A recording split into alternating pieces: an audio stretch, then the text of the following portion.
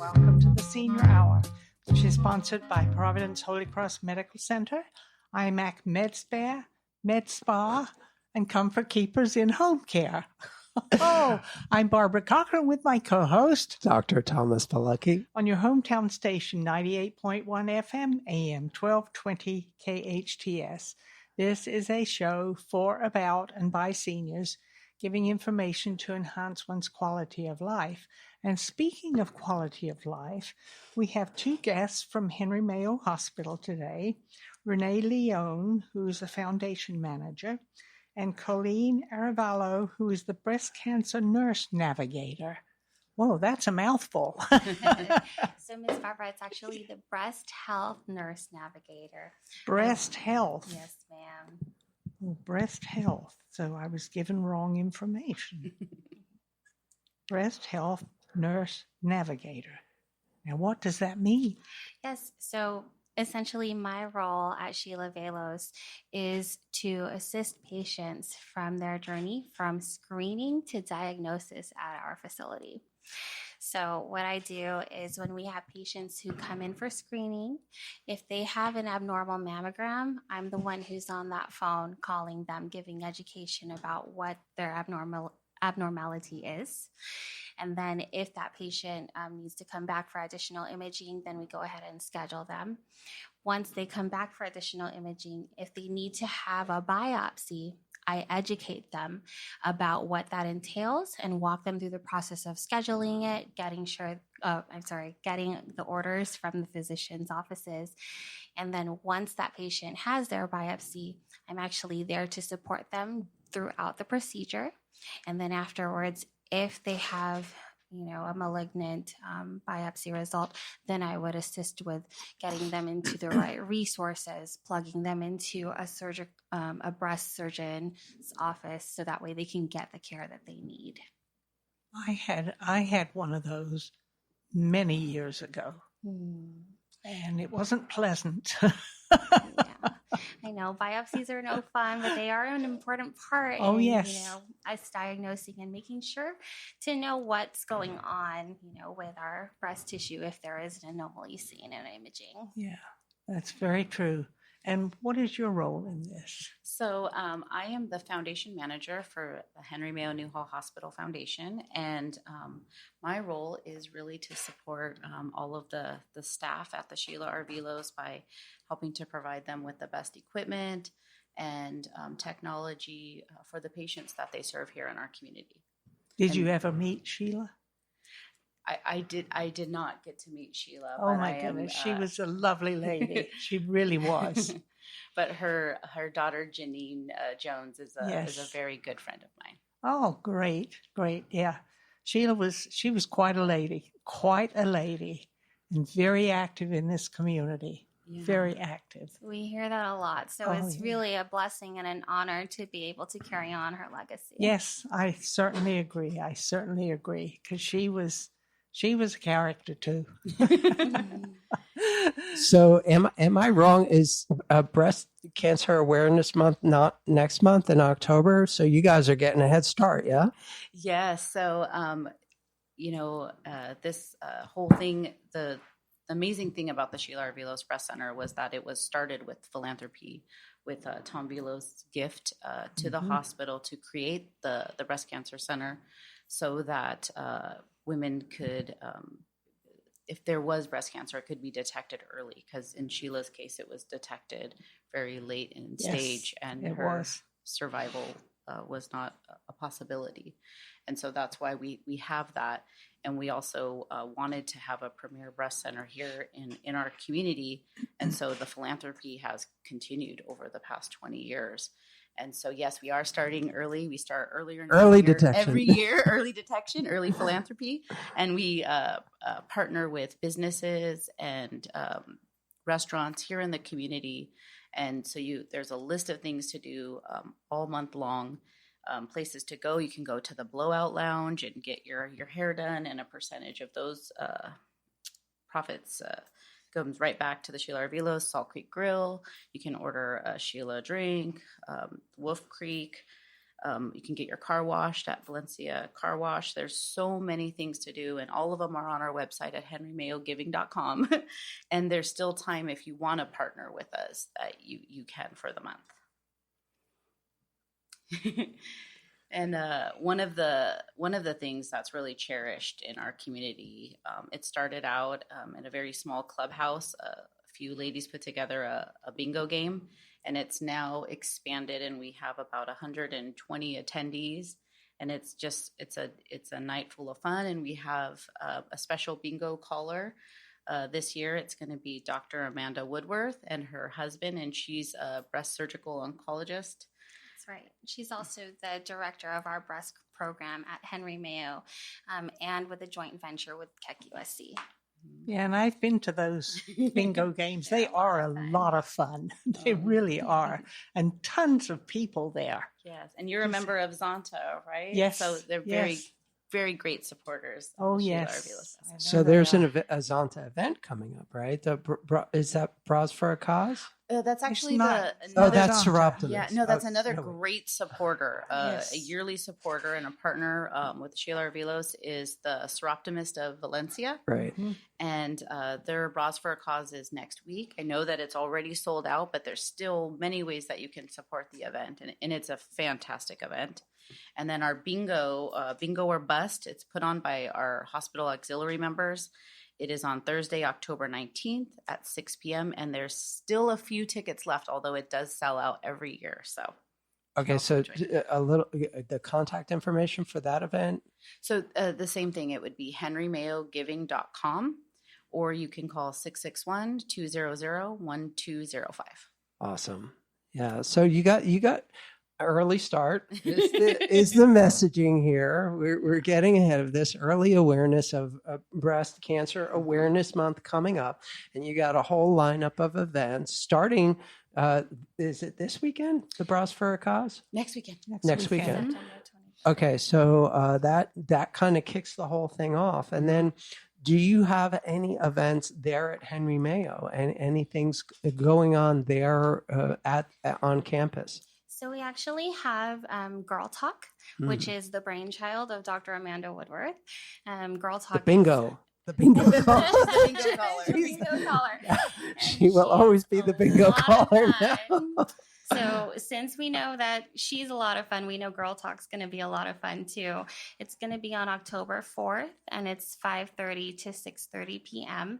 And it's actually free admission to that event. To RSVP, it would be henrymayo.com/Girl Talk. Yes. Yes. And so what we do there is we actually have a panel of 5 women. It's going to be Dr. Woodworth. It's essentially our breast team. So it's Dr. Woodworth, Dr.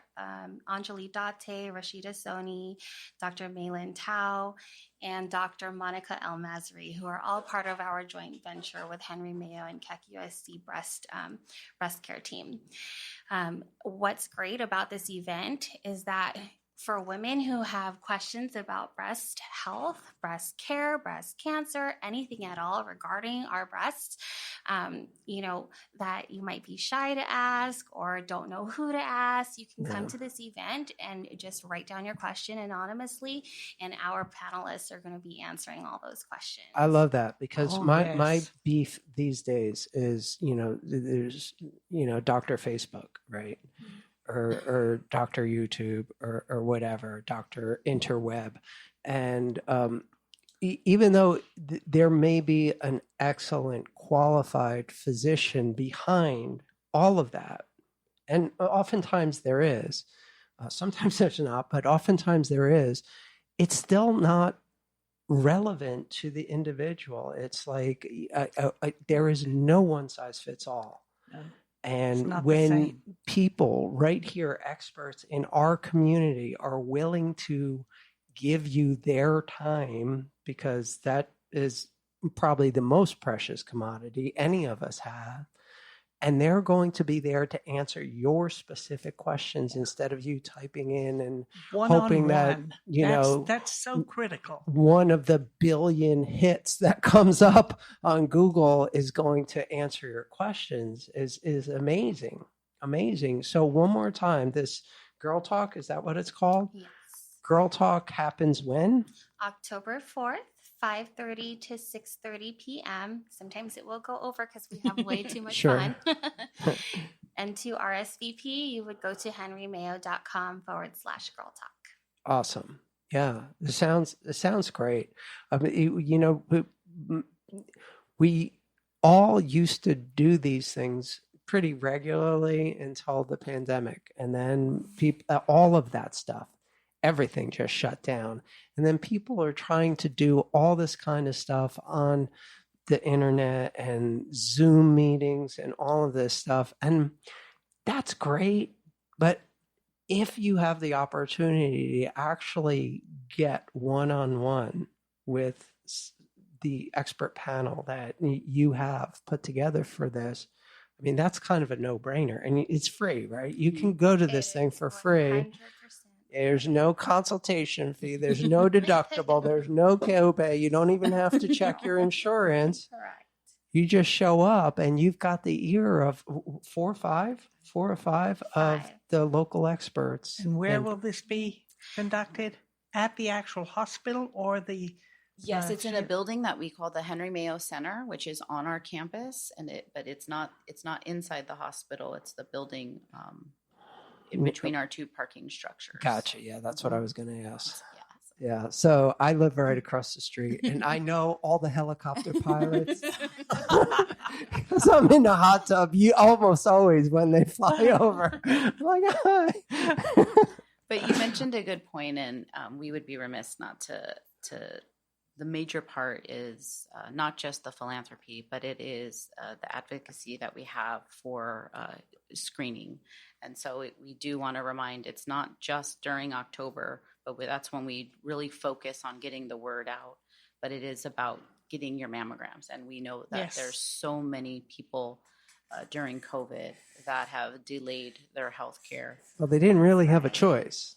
Well, that's very true. That too, That's but very some people, it just kind of got off of their schedule and their routine, and we want to make sure to put yourself back on schedule, and really don't get overlooked. And then I have a few friends this year who turned 40, and I know some people that turned 40 during the pandemic. Kids. And they didn't get their first mammogram. So we really want to make sure. I mean, it's a very quick call there to the Sheila R. Veloz. Is that $210.99? Yes, it's 661-200-1099. And the great thing about screening mammograms is that you do not need a doctor's order to have a screening mammogram. You can actually just call us and schedule us. If your doctor's facility does require you to have an order, then we'll go ahead and call them and get that order for you. But again, to have your annual screening mammogram, you do not need to have a doctor's order. Annual screening mammogram should start by the time that you're 40. But if you are considered high risk, or if you've had a family history of breast cancer in a first degree or second degree member of your family has had breast cancer or ovarian cancer or prostate cancer, you definitely want to have a risk assessment to see what your risk is. And if you need earlier screening, that's something that we can help with as well. Right. So it's mostly the radiological unit, right? You're talking about mammograms, not the genetic test and all that other stuff. Right. For mammograms, the starting for screening is at age 40. If you have a family history, first degree or second degree of breast cancer, then whatever age that family member had breast cancer at, then you want to start at least 10 years prior to that age. Yes, that's what I've heard. Yes. So say if you had a family member like your mom or your aunt or sister had breast cancer at age 40, then you would start your screening at age 30 instead of 40. Yeah.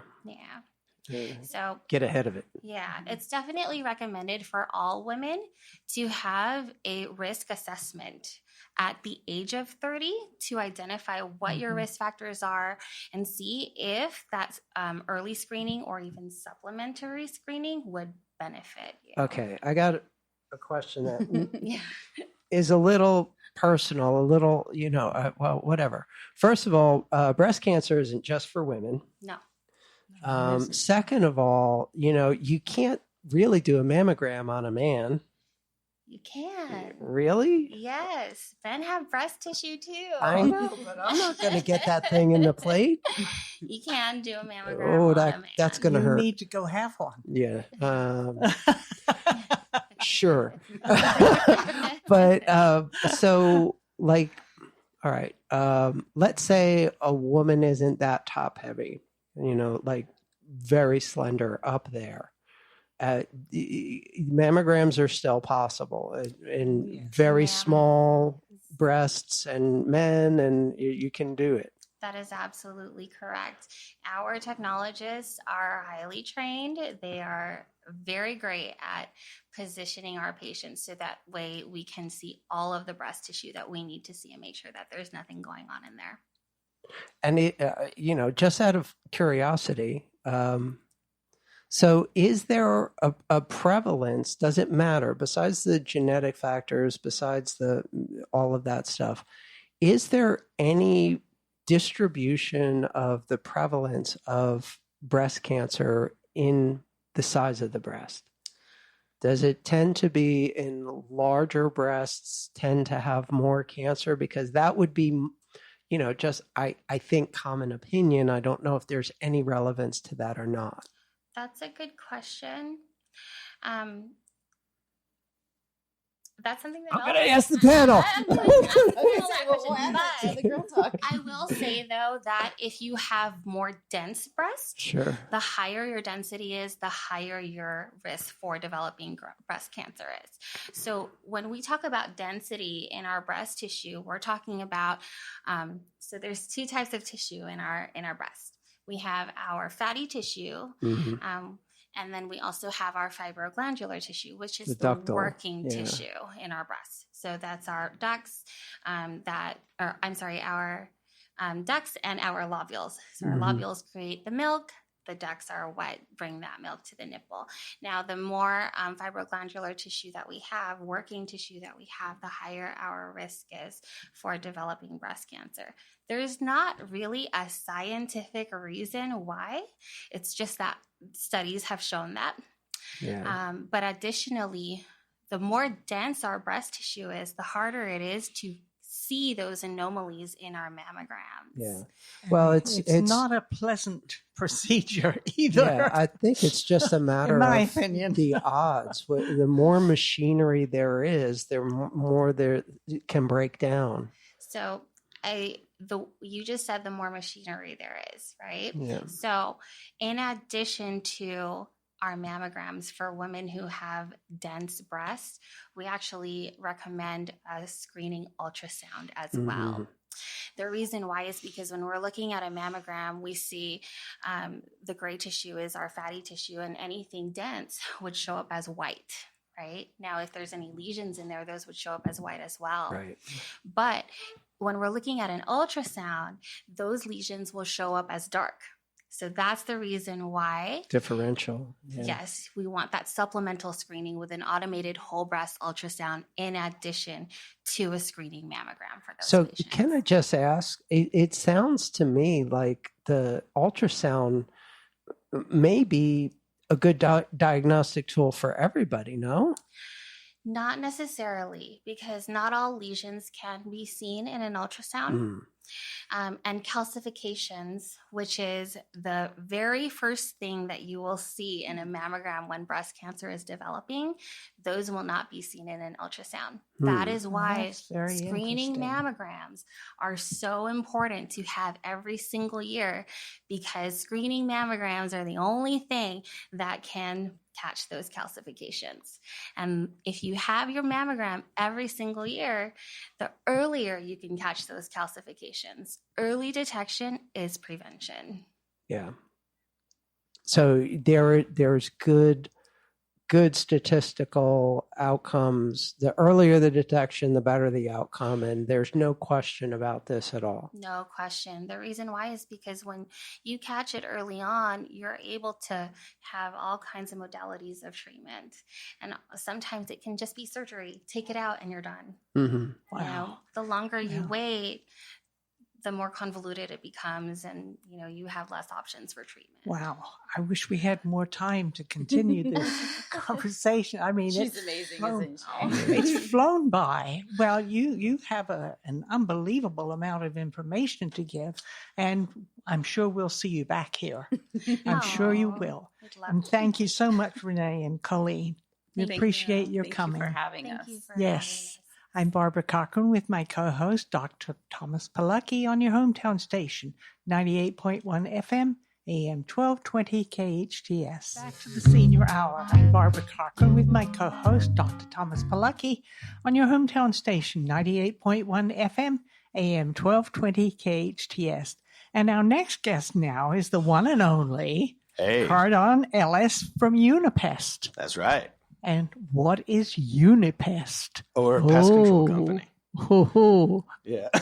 Dude, that is the best intro I've ever heard in radio. Like, I want you to be there next time I show up with a new customer. Yes. Just like to pop out behind me and be like, do you know who you just called? This is awesome. Unipest. Yeah, dude, that's it. So yeah, we're a general pest control company. We do, we specialize in kind of like eco-friendly, pet-friendly, family-friendly solutions for all the different pest problems that come up in Santa Clarita. And boy, are there pest problems, man. Every day's a new day. It's a fun job. You should try it. If you ever get out of radio, you could always be a cool pest lady. English accent sell. Oh. Do I want to go back to work? Yeah. No. It's brutal out there. It's brutal. And we got spiders. You and I were talking about spiders. Oh, yes. I know. We have spiders. Yes. I found one outside. And I looked at it. And I got my shoe and I went whack. Do you want to moonlight with us? No. We're hiring. No. Yeah, so why do we have more spiders than normal?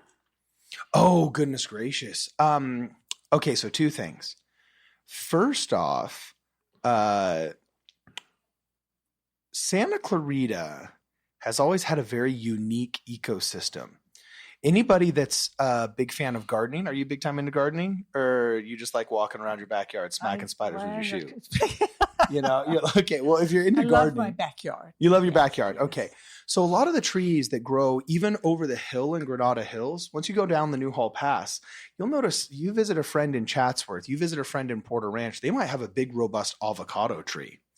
Those don't do as well in Santa Clarita. You go up to Palmdale with the increase in elevation, and you'll have people that have pear trees, hence the Pear Blossom Highway, because pear trees need a certain amount of chill, and it gets very cold there. We're in a very strange zone. We're actually in hardiness zone 10B for trees, which is a measurement of how difficult the area is to grow trees, for lack of a better term. Down in parts of Los Angeles, it's 6, 7, 8. When you get up into Palmdale, it's like 11 and 12. We're in this odd middle ground where we're not cold enough for some of the stone fruits, but we're too hot for some of the other types of fruits to grow. So there's not a lot of plant life that can grow here, except for small shrubs and bushes. That's why you get the California bottlebrush. That's why you get crepe myrtle trees. And that's why a lot of the xeriscaped kind of central medians have a lot of the same species of trees that survive. And because of that, since it's such an odd area that's not cold enough for some species, but also too warm for other species, our insect activity is very strange here. We don't have a lot of water. People sometimes call Santa Clarita desert. That's not true. We're actually what's called a chaparral. And once you add sprinkler systems to try and grow grass, trees, shrubs, even xeriscaped bushes, you're dealing with a pest population that survives literally off of like one drop a week. Licking the moisture off the bottom of lavender plants is how they will get their moisture usually. And now all of a sudden they got a sprinkler system that goes on twice a day. So our pest population, the base of it swells. And then when you get these torrential rains that we got, It swells with moisture already. And then when all of a sudden you have summertime rains, coupled with those crazy wintertime rains we had where we were setting record precipitation levels. I mean, Castaic Lake went from looking like a quarter-filled bucket, you know what I'm saying? To an overflow. Yeah, exactly, to an overflow. And with all that moisture, what happens is really, really quickly when they're stressed, a lot of these pests, they know, oh, it's birthing season. They'll birth a ton of eggs that will sit there until it gets hot enough. Well, when you have summertime rains followed by 100-degree temperatures, you literally get like explosive egg growth. And some of the pests that people notice first are these spiders. So now we literally have orb weaver spiders like falling out of the sky onto houses and setting up these big, I call them beautiful, you might call them heinous, but these big crazy webs. Yeah, that's just one pest that I can think of. Way to work in heinous. Yeah, exactly. That's a great word, isn't it? Heinous. By the way, moonlighting, they don't use the term moonlighting in England. That's not moonlighting is like a second job at night. I don't remember. I haven't been there for a long time. Okay. So I just like how you guys call it rubbish and not trash. rubbish. I start trying to say that now, throw that in the rubbish. And I'm not even going to fake the accent because I live with two Australians. And whenever I try and fake the Aussie accent, it falls into English. Whenever I try and fake the English, it falls into Aussie. So I just end up offending both people. So I won't even try. Well, the worst insect to me are ants. Ooh. Oh, and I was inundated with them coming in my front window. Okay. Because I have a bay window in my kitchen. Yeah. And they were all over the place. And I'm screaming, oh, yeah. Call the pest control. I told my daughter, call the pest control. Son, call the pest control. Get somebody out here. And they did come out and they said they're looking for water. Yeah. And Well, so also scientific studies show you're not a natural blonde, are you? Because they go after brunettes. Like there was a UCLA study that shows they target brunettes. I'm totally just kidding. I had both you guys going there. That was pretty. I used to be a blonde. I still am a blonde. But this is my wig. Oh, So that's funny. But I've got blonde hair underneath there. Well, again, that's a very good question, or that's a very good observation, I should say, because again, Santa Clarita is kind of odd. We could build basements here. But culturally in Southern California, there's not a big demand for basements. You go to Utah, you go to Idaho, even some places in Arizona, everybody has basements. Yeah. They're cool in the summer, they're warm in the winter, they're great. But in California, we don't have basements. We're built on slabs. And what happens is these ants, the reason why you all of a sudden get them around your windows and especially in your kitchens is because in Mother Nature, they live underneath rocks and boulders because they want a 77-degree temperature differential. The Earth's crust is 54 degrees, and that rock gets heated up during the day and becomes like a heat battery. So it's got the warmth of the sun during the cool of the night and the cool of the night during the warmth of the morning. And so they will actually develop colonies underneath the home. So the joke that like I live on an anthill is actually sometimes very true. Yeah. And with our seismic activity, have you ever downloaded the earthquake app on the iPhone? No. There's this app that you can get that is connected to, I think it's like US Geological Survey, I believe is the organization, but the ones that run the seismographs. And whenever there's seismic activity and that needle starts running, you can set the alert, like alert me when there was a 1.0 or a 2.0 or a 3.0 earthquake. Dude, if you put that on like alert me when there's a 1.0, your phone like goes off 5 times a day. It's absurd. The seismic activity in California is insane. And because of that, these foundations and these slabs that we build our homes on get lots of seismic cracks. Yes. And so the ants will come up through the seismic cracks that our plumbing is routed through. And the first place they go is they'll follow the water pipes, not inside of the pipe, but actually because the cool water pipe, especially the hot water pipe, will get condensation on the outside and they can survive off of the condensation on the pipes that comes through the foundation of our house. And the next thing you know, you have an ant attack in your kitchen because the bush outside set up a colony that was able to make it under the home through your plumbing pipes underneath your sink. And so with no ant trail that connects to the outside, you'll actually have a colony in your house, and they can literally set up a sub-colony in your wall. Yeah, it's pretty cool. Like, I mean, these That's are not amazing cool. creatures. Well, I think it is. Oh, She's like leaning away already. No, She's no, just no. thinking worst case scenarios, right? So Ants. I've noticed a whole new breed of ant. Like, it's not the fire ant or anything like that. But normally you got these little ones that, I don't know, are a quarter of an inch. And they're just the ants that, the regular size ants. And now there are ants that are, like 3-4 times the size. They're not carpenters. They're not fire ants, and they seem to be living together with the regular ones. Like, I've never seen that before. That's a really good question. What kind of ants could these be? Now, obviously, without a microscope and without being able to count their nodes and see how many stripes are on their abdomen, I couldn't give you the exact species.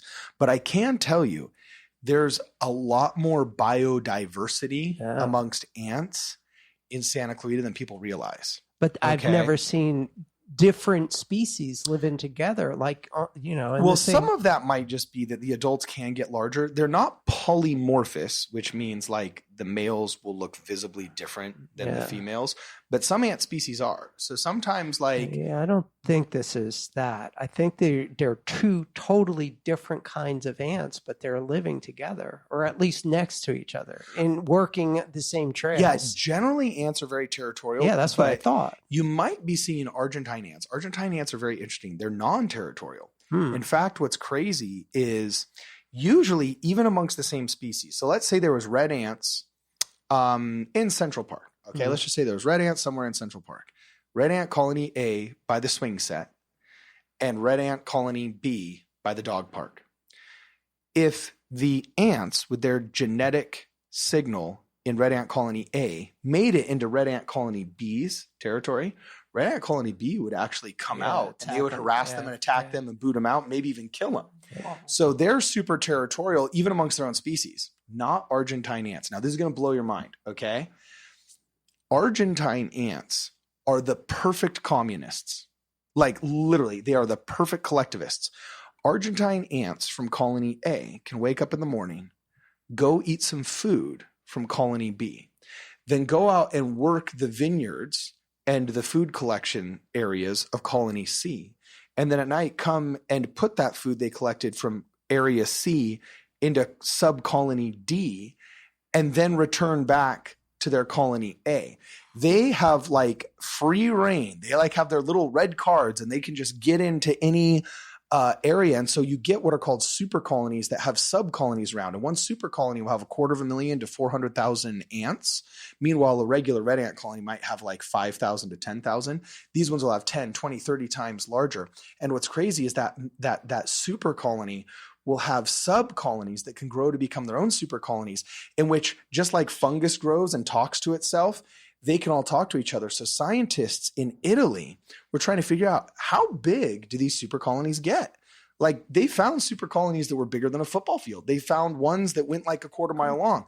So they took a radioactive isotope and they dumped the radioactive isotope inside the ant colony and let it sit there for a couple of weeks. And then you got ants the size of trains. Right? Oh, yeah. No. Like but there is a great 1950s movie we love that called movie. Them, Them where is the ants get giant that you have to check out. But no, they dumped in this radioactive isotope, just like when you go to the mechanic and you have to figure out where the leak in the crankcase is. So you put in the radioactive isotope and then you hold a black light up and you see where it's leaking. Well, they put in that radioactive isotope, and within 2 weeks, they did this in Italy, like 300 kilometers away, the ants were glowing. And they said, whoa, we have to see how long this goes. All the way to Portugal, the ants started glowing. They actually believe all the Argentine ants west of the Caucasus Mountains are one ant colony, and from the tip of Baja, California, all the way up to like basically Redding and the border of Oregon and California is all one massive Argentine super ant colony. So when we exterminate your ants at your house, we're not exterminating the entire colony. We're just kicking out the parts of the super colony that are on your property. Right. Isn't that nuts? That's pretty nuts. Yeah. So I veer verbose. Forgive me. Good glory. Yeah. That's gives me the creeps. Yeah. Yeah. So let me ask you: are these Argentines about 4 times the size of the regular little red ants that I'm used to seeing? The adults can get larger than the juveniles, and if they're red, they're most likely not Argentine ants. I'd have to see them to look at them. Yeah, I can't tell. I'm not like there with a magnifying glass or anything. Well, you should be. Where's your enthusiasm, dog? Come on. I'm curious. I'm you not got that all curious. this cool weightlifting and tanning, bro. You should be out there in your backyard with a magnifying glass, I just noticed I'm seeing, I see the ants that, are always working the trail because we got hummingbird feeders and all of that. So we always have an issue with them. But then all of a sudden I'm seeing big ones and I'm like, oh, look, that's, the soldier ant. That's the big one that protects. And then I'm like, wait, no, that's a totally different kind of ant. And then, you see once in a while and you don't think anything of it. But then when you see as many of the big ones as you do the little ones, I'm like, wait, that's a totally different kind of ant. I'm actually going back to your theory that the radioactive material has made them large. That's it. And that, the horror movie starts in about 30 minutes. So, okay, we need to take a break, unfortunately. We're having fun. Oh, yeah. Absolutely. Raining on our parade for commercials. What is this? Yes. I'm Barbara Cochran with my co-host, Dr. Thomas Polucki, on your hometown station, 98.1 FM, AM 1220 KHTS. Welcome back to the Senior Hour. I'm Barbara Cochran with my co-host, Dr. Thomas Polucki, on your hometown station, 98.1 FM, AM 1220 KHTS. And we're speaking with Cardon Ellis from Unipest. And hey, how are you? I'm well. Where How are you your doing? pests? They're all dead. I'm with an English woman, so I can't say I'm good. I have to say I am well, thank you. Yeah. You're too funny. Okay, so what's the subject? So now? we've been talking about, flying spiders dropping out of the sky because there's, been a wet winter and a wet summer and all that good stuff. And we got on the topic of mutant ants, the classic movie from the 50s, filmed right in the LA River. There's a giant ants called Them. That's a classic. And then there's something else. Which is even more dear to me because it's so bad. It's one of my favorite movies of all time. In the 70s, believe it or not, Joan Collins was in a giant ant movie called. Now, was it the ants or Joan Collins that you were digging? Which one? I can't choose. No. But it was amazing. She is like the Queen Ant. Like in this movie, it's totally insane. Yeah. That is funny. Yeah, it's awesome. I was able to look it up because I know you started mentioning Joan Collins. And so I just started furiously Googling Joan Collins, giant ants, everything. Apparently, I didn't realize this, but one of your compatriots, H.G. Wells, wrote a book called Empire of the Ants. So the movie's called Empire of the Ants with Joan Collins. And it looks like, I don't know if this is going to be better or worse or if it came out before or after. It smacks of having come out after, but I'll have to check. There was another movie called Empire of Spiders with not Joan Collins, but William Shatner. Empire of Spiders? Yeah. I've never heard of I that. actually got the two mixed up in my mind because, this is nearly 50 years ago when there were only like 6 TV channels. So these movies just kept recycling. And somehow... Well, have you seen Them, which is the original 1954? Okay, there was a huge streak in the 50s of literally the plot never changed.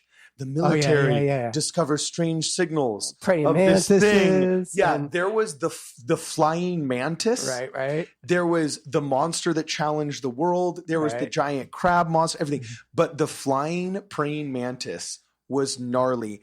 And then it was followed up by, I can't remember if this was a Roger Corman film or not, but there's a film called Them, where literally the title is just Them. And it's giant ants that come out of this cave. And I have to tell you, I love 1950s Hollywood practical special effects. It looks like those paper mache balloons that you had to make in 4th grade at Santa Clarita Elementary, where you like learned how to paper mache a balloon. Like it looks like they just got weather balloons and paper mache weather balloons and then put antennas with PVC pipes on them and then just had some actor inside That's shaking his head. The flying saucers are literally paper planes. Like it is so good and so entertaining. My daughter actually chose them as the video to watch. And now one of my daughter's favorite movies, also you'll never believe this, it's another insect movie. And this was not by me trying to influence my daughter as a pest control professional. The Fly. Oh yeah. The original Classic. The Fly with Vincent Price. Yeah. Oh, she digs it. The Fly. Oh, it's my daughter's amazing. weird. She loves Aliens, The Fly. Yeah, like she's into like classic horror. It's kind of crazy. Well, that and Anything the Barbie with movie. insects. No. There's one on your shoulder. No. No. By the way, you will be the funnest one when we get the plastic spiders and the fishing string. That if you've never done that one, a fishing pole with a fishing string and a plastic spider, that is always a You're classic. kidding. Oh yeah, because you can actually put a small weight on it like you're fishing, and then you can cast it, and then people don't see the line, and then when you reel it in, as it bounces along the ground, it looks like a giant spider that's coming at you. It's the most hilarious thing. So just, oh my goodness. And then I did it to my dad once from like the 2nd story overhang when he was sleeping. I dangled it down on him. I've never seen him wake up faster and be a little bit angrier, but he was justified than when he thought that there was like a spider on him because of fishing pole. I was 7 years old. Pranks are funny when you're 7, but yeah, there's some good stuff there. Good heavens. All right. Maybe that's what we'll talk about next time. How to prank your parents. There you go. Oh, All on the senior hour. It's going down in the senior hour. Looking for a quick inheritance? don't tell my daughter. She's out there. All right, Cardon, give us your contact information for Unipest. It's 661-284-7575. That's bug 7575. That's Bug? amazing. You've been 75. listening to the Senior Hour, KHTS 98.1 AM 1220, hometownstation.com. Now go out and enhance your quality of life.